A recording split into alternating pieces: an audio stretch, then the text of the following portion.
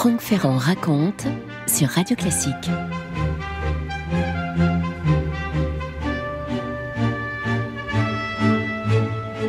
Paris, le 7 juin, lundi 7 juin 1790. L'Assemblée nationale est en pleine ébullition. Elle siège à l'époque dans la salle du Manège. On est dans les jardins des Tuileries. Et cette Assemblée nationale a été instituée depuis le 9 juillet 1789. Évidemment, après le serment du jeu de paume un mois plus tôt, même pas un mois, 15 jours plus tôt, l'Assemblée nationale constituante, c'est la chambre unique de cette jeune monarchie parlementaire dont le roi s'appelle Louis XVI, mais ce n'est plus un roi de France et de Navarre par la grâce de Dieu. Maintenant, c'est un roi des Français. Donc, ce lundi 7 juin 1790, tous les députés sont rassemblés. On doit lire les rapports qui proviennent des départements, rapports détaillant la façon dont les gardes nationales locales, vous savez, ces espèces de milices citoyennes, se sont unies en fédération, voilà le mot. Ça a donné lieu à travers tout le pays à toutes sortes de fêtes qui ont unifié tout le monde, le clergé, ces fameuses milices bourgeoises qui désormais sont pleinement constituées en garde nationale. Bref, la nation est unie et dans tout le pays, surtout dans les provinces qui sont favorables à ce qu'on ne nomme pas encore officiellement la Révolution, bien sûr. Ces derniers mois, des fêtes ont donc eu lieu. L'Assemblée nationale constituante doit tenir compte de tout ça. Elle se réjouit de ce qui semble marquer une pleine adhésion aux idées nouvelles, au grand basculement qui est en cours, à cette espèce d'émancipation politique dont la France paraît devoir être le théâtre aux yeux d'une Europe un peu sidérée. À Paris, on se demande s'il ne serait pas quand même utile de faire une fête un peu dans l'esprit de ce qui se fait partout dans les provinces, d'autant plus qu'on va bientôt fêter la première année d'un événement essentiel, n'est-ce pas ? En lisant les comptes rendus des différentes fêtes, bien on se dit qu'on pourrait peut-être imiter ces célébrations en remplaçant le curé par un des grands évêques français, bien patriote, en remplaçant le responsable communal de la garde nationale par le commandant en chef de la garde à l'échelle nationale, j'ai nommé bien sûr le marquis de Lafayette. On pourrait aussi remplacer celui qui d'habitude préside à ces fêtes et qui est le maire des grandes communes. Eh bien, on pourrait le remplacer par le roi des Français, qui serait accompagné par sa famille et notamment par le petit dauphin qui est l'espoir de cette monarchie constitutionnelle. Bref, cette idée plaît beaucoup à l'Assemblée constituante et sans en faire part au roi, on décide que cette grande fête de communion nationale aura lieu, aura lieu pour l'anniversaire de la prise de la Bastille, c'est-à-dire le 14 juillet. Franck Ferrand sur Radio Classique. Alors, il faut peut-être rappeler un peu le contexte de tout ça, bien sûr. Ça fait un an que toutes sortes de décisions sont prises dans cette Assemblée nationale. Il y a eu évidemment, la nuit du 4 août, vous le savez, l'abolition des privilèges. La Déclaration des droits de l'homme et du citoyen est une émanation de cette Assemblée.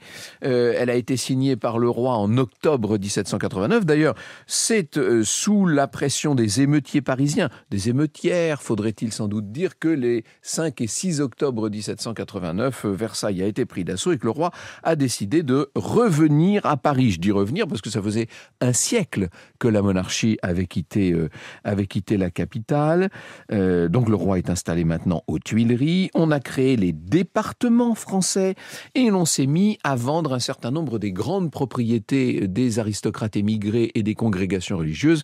C'est ce qu'on appelle les biens nationaux. On pourrait multiplier la liste de toutes les grandes décisions qui ont été prises par la Révolution. Ce qui est probablement pour les Français un choc, positif ou négatif selon les opinions des uns et des autres, c'est qu'en fait, depuis un an, se produisent des bouleversements tels qu'on n'en avait pas vu depuis très longtemps, en France peut-être jamais, à vrai dire. Chaque journée comporte maintenant sa grande décision. On a l'impression que c'est une chronique d'histoire permanente qui est en train de se dérouler. Et pour célébrer donc le premier anniversaire de la prise de la Bastille, bon, ça j'ai pas besoin de vous rappeler que c'était le 14 juillet 1789, on va organiser cette fameuse fête à l'image de ce qui se fait en province, mais en beaucoup plus grand, beaucoup plus solennel. Ce sera la fête de la Fédération avec des F majuscules. Et pour l'occasion, on commande un hymne à André Chénier, poésie qui nous dit d'ailleurs assez bien, une ode, devrais-je dire, qui traduit assez bien l'esprit, l'état des esprits. Il est venu le jour où, depuis une année, les destins de la France ont fini ses revers. Accourez, citoyens, cette auguste journée a rompu nos antiques fers. Français, offrons à Dieu l'hymne patriotique, mêlons à nos serments des chants pleins de fierté, courons sur le lieu même autrefois despotique où naquit notre liberté. Gravons sur les débris de ces tours formidables le récit du combat, les exploits des vainqueurs, les lois de notre empire et les noms respectables de nos premiers législateurs. Que le roi des Français ait part à notre hommage. Ne l'environnons point d'esclaves enchaînés, et n'avilissons point au pied de son image des peuples entiers prosternés. Nous avons vu des rois chéris de la victoire, la justice du temps a brisé leurs autels, mais le temps, toujours juste, élèvera à sa gloire sur des fondements immortels. Et ça continue, il y a un grand nombre de strophes. Voilà les derniers mots, si je puis dire, d'André Chénier. Malheur au despotisme, et que l'Europe entière, du sang des oppresseurs engraissant ses sillons, soit pour notre déesse un vaste sanctuaire qui dure autant que tes rayons. Que des siècles trompés le long crime s'expie, le ciel pour être libre a fait l'humanité, ainsi que le tyran, l'esclave est un impie, rebelle à la divinité. Tout est dit du programme de ce que plus tard, et avec un recul peut-être excessif selon certains, on appellera la première révolution, c'est-à-dire celle qui réforme globalement les institutions, assainit, développe, émancipe, libère. Extraordinaire programme, bien sûr. Et la journée de fête qui est prévue pour le 14 juillet 90, ça doit être un peu la communion du peuple entier de ce qu'on appelle la nation autour des symboles qui forment cette révolution en marche. Et le peuple de Paris est mobilisé pour l'événement, bien entendu. Il y a des gens qui sont aussi arrivés de très loin pour assister à cet épisode d'union nationale. Dans la cérémonie, il y aura tous les députés de tous les départements de France, les responsables des gardes nationaux, vous l'aurez compris, de tous les départements du pays, le haut clergé, bien sûr, et puis la famille royale avec le roi des Français, c'est comme ça qu'on l'appelle maintenant, union de la nation autour d'un roi réformateur. Voilà l'idée même de cette fête de la Fédération. Vous écoutez Radio Classique. Alors on a choisi un lieu pour organiser cette grande fête. Ça paraît tout destiné, tout prédestiné. C'est le Champ de Mars, bien sûr.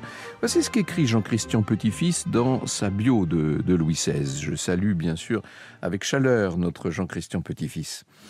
Parti d'une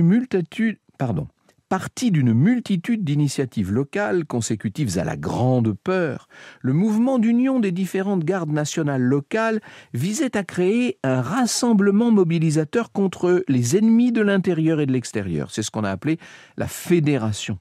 Comme ce mouvement prenait une ampleur inespérée, il fut décidé d'organiser une gigantesque fête au Champ de Mars, fête de l'unité nationale librement consentie par tous les Français selon l'expression parlementaire. Il fut convenu que chaque district, chaque régiment, les corps de la gendarmerie, du génie, de la marine enverraient des délégués. L'Assemblée discuta longuement du cérémonial et du serment à prêter à la nation, y compris par le roi. Sur tout le pourtour, on établit 30 rangées de gradins disposés en un gigantesque amphithéâtre. Et en plus de ces gradins, l'Assemblée constituante a demandé qu'on construise un arc de triomphe tout près du fleuve, du côté de la Seine, donc à l'opposé, si vous voulez, sur le Champ de Mars, à l'opposé de l'école militaire. Voyez ce qui va se dresser là un siècle encore plus tard, mais enfin, n'entrons pas dans l'histoire du futur. On n'avait vraiment pas beaucoup de temps pour construire tout ça. Quelques semaines, il a fallu 15 000 ouvriers auxquels sont venus prêter main forte pas mal de Parisiens de bonne volonté. Voici ce qu'écrit Louise-Élisabeth de Crouy de Tourzel, qui donc était la gouvernante des enfants de France. Chacun voulait avoir sa part à l'ouvrage. C'était la terre sacrée. Malheur à celui qui n'y aurait pas mis la main. Les dames même se faisaient conduire en grand carrosse pour charger la brouette. Et toute personne qui serait passée tranquillement près du champ de Mars sans s'y arrêter courait le risque d'être insultée. C'était une exaltation dont on ne peut se faire l'idée. On voyait à la fois à l'ouvrage des ouvriers, des bourgeois, des chartreux et autres religieux de différents ordres, des militaires, de belles dames, des hommes et des femmes de toutes les classes et de tous les états de la société, travailler selon leurs facultés. Pour certains, c'est purement symbolique, mais il faut y être, il faut en être. Et puis arrive donc 13-14 juillet, ça y est, c'est le moment. Alors, manque de chance, ce jour-là, il pleut. Alors, c'est pas le déluge, mais c'est cette espèce de petite pluie fine, vous savez, ce crachin là qui vient tout embêter, et ça fait qu'on va utiliser un accessoire tout à fait nouveau d'ailleurs, à l'époque, qu'on appelle le parapluie, figurez-vous. On voit s'ouvrir partout les parapluies. Alors on attend, ça dure longtemps, il ne se passe rien. Sur le champ de Mars arrive le défilé des gardes nationales, ce défilé qui est parti du boulevard du Temple, qui emprunte la rue Saint-Denis, la rue de la Ferronnerie, la rue Saint-Honoré, la rue Royale, la place Louis XV, qui deviendra beaucoup plus tard, la place de la Concorde, et puis le quai entre-temps, on la baptisera la place de la Révolution d'ailleurs, et puis le quai jusqu'à Chaillot, et enfin donc on arrive au champ de Mars, défilé qui a été ralenti, et puis la grande cérémonie religieuse commence avec énormément de retard sur ce qui était prévu, ce qui fait que le public commence à râler, tout le monde est entièrement trempé. Louis XVI se trouve à l'intérieur des somptueux locaux voulus par Madame de Pompadour à l'école militaire, il attend dans un salon avec sa famille, il sort de temps en temps sur le balcon pour voir cette foule sur le champ de Mars, et à chaque fois qu'il apparaît, on entend « Vive le roi, vive le roi !» Disons les choses, Louis XVI n'est pas très heureux d'être là. Il n'est pas satisfait des derniers événements politiques. Au moins, cette cérémonie lui permet de constater sa popularité et celle de sa famille. Après tout, c'est déjà ça. À 3h30, enfin, la cérémonie peut commencer, donc avec beaucoup de retard sur l'horaire prévu.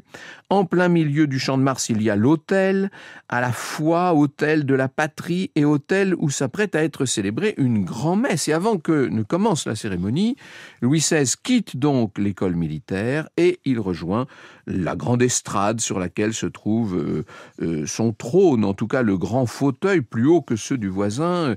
Le fauteuil voisin, c'est celui du président de l'Assemblée nationale. C'est tout un symbole quand même.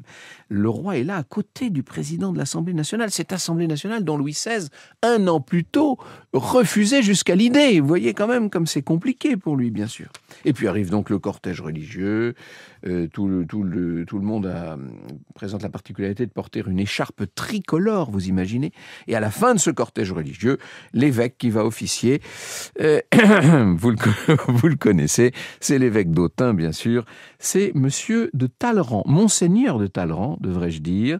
Ça faisait un certain temps quand même que Talleyrand n'avait pas officié. La vérité, c'est qu'il n'assistait pas non plus à la messe, d'ailleurs. Mais que voulez-vous, il avait accepté d'être le grand officiant de cette cérémonie. Et 2 jours plus tôt, sur les conseils du même Talleyrand, l'Assemblée nationale a fait voter la constitution civile du clergé. Ah, ça, vous comprenez la raison pour laquelle Louis XVI est de mauvaise humeur. Ça veut dire que les curés de France vont devenir des fonctionnaires de l'État. Ça a mis le pape Pie VI dans une colère noire. Talleyrand, le premier patriote du clergé, c'est ainsi qu'on l'appelle à l'époque, s'avance donc vers l'autel de la patrie, au milieu de personnes qui, pénétrées de vieux sentiments religieux, ne sont peut-être pas très contents de ce qui est en train de se passer. Franck Ferrand sur Radio Classique. Et il pleut sans discontinuer sur ce malheureux champ de Mars qui est en train de devenir boueux. La cérémonie religieuse a commencé, ça y est, depuis 1 heure. Et puis voici le grand moment patriotique. Ça y est, Lafayette est là, major général de la Fédération. Il monte vers l'autel, il pose là son épée et déclare « Je jure d'être à jamais fidèle à la nation, à la loi et au roi. Entre parenthèses, vous voyez dans quel ordre sont dites les choses. À la nation d'abord, à la loi ensuite, et troisièmement seulement au roi.